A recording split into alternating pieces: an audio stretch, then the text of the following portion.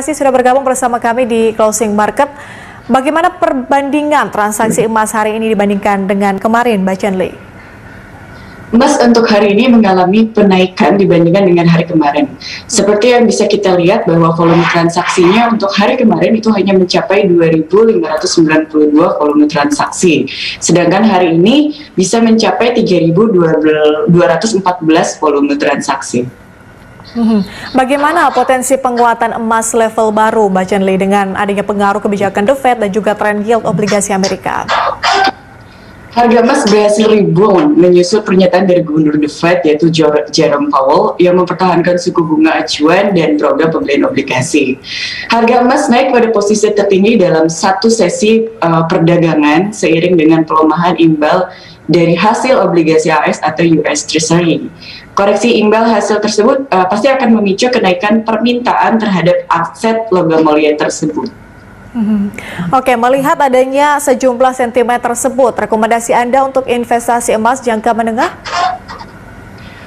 Emas adalah tempat yang paling menarik ya, dan semakin banyak investor mencari perlindungan terhadap inflasi. Minat yang baru terhadap emas muncul setelah CPI tahun AS naik 4,2% pada bulan yang lalu.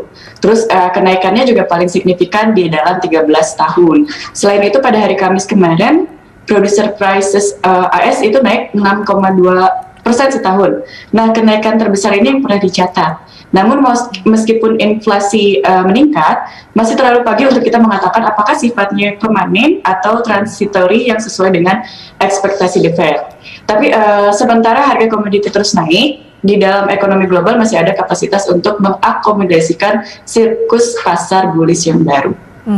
Artinya emas masih patut untuk dicermati ya, Mbak Chen Li. Kemudian kita ke komoditas yang lain. Bagaimana dengan tren harga CPO dengan pengaruh produksi dan juga lockdown?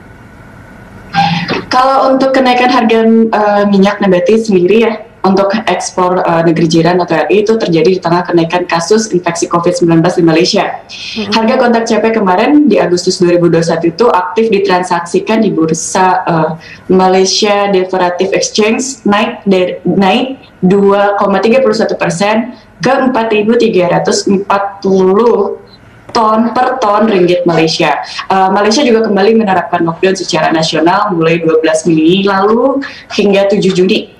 Nah, adanya lockdown akan berakibat pada sulitnya memobilisasi tenaga kerja yang berasal dari luar negeri.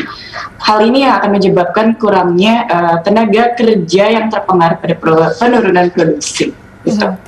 Jadi seperti apa rekomendasi Anda untuk CPO dan juga online, Mbak Chen Li? Kalau untuk CPO dan online, mungkin kita lihat dulu ya perkembangannya pada level bulan kemarin seperti apa, karena untuk harga minyak sawit CPO atau CPO dulu itu selama 13 tahun terakhir itu udah melonjak tinggi gitu loh. Nah, udah melonjak tinggi awalnya dari 4.425 per ton ringgit Malaysia waktu bulan Mei, dan Aprilnya itu sebelumnya itu di 3.900 ringgit Malaysia per ton, artinya kan mengalami kenaikan ya. Harga CPO memang beranjak naik sejak April 2021, tapi setelah terkoreksi pada pertengahan trennya masih akan naik, diprediksi masih akan berlanjut. Bahkan analis Goldman Sachs itu memproyeksikan kalau harga emas tahun depan itu bisa mencapai $300 AS per troy ounce, yang berarti potensi keuntungannya lebih dari 20% dari sekarang. Seperti itu. Baik, artinya emas diprediksi akan mencapai $2.300 per troy ounce pada tahun depan ya, Mbak Chen Li. Oke, terima kasih untuk informasi dan juga analisis dari Anda. Pemirsa, demikian Chen Li Yani, trading analis di Demex Berjaga, sudah bergabung bersama kami di Closing Market.